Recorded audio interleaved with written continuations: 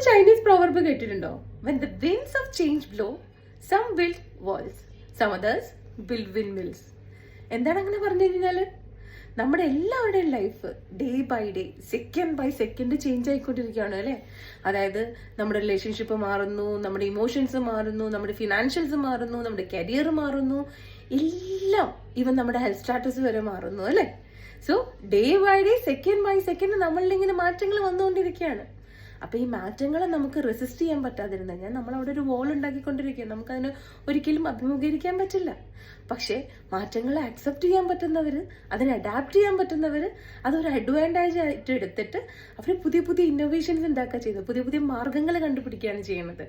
So first set of people ഈ ഒരു മാറ്റങ്ങളെ പേടിച്ചിരിക്കുന്നു. സെക്കൻഡ് സെറ്റ് ഓഫ് പീപ്പിള് അതിനെ ഒരു അഡ്വാൻറ്റേജ് ആക്കിയിട്ട്, അതിനൊരു ഓപ്പർച്യൂണിറ്റി ആയിട്ട് എടുത്തിട്ട് അവർ ഗ്രോത്തിലേക്ക്, സക്സസിലേക്കുള്ള ഒരു വഴിയായിട്ട് അതിനെ മുന്നോട്ട് കൊണ്ടുപോകുന്നു. ആ ഒരു എനർജീനെ മുന്നോട്ട് കൊണ്ടുപോകുന്നു.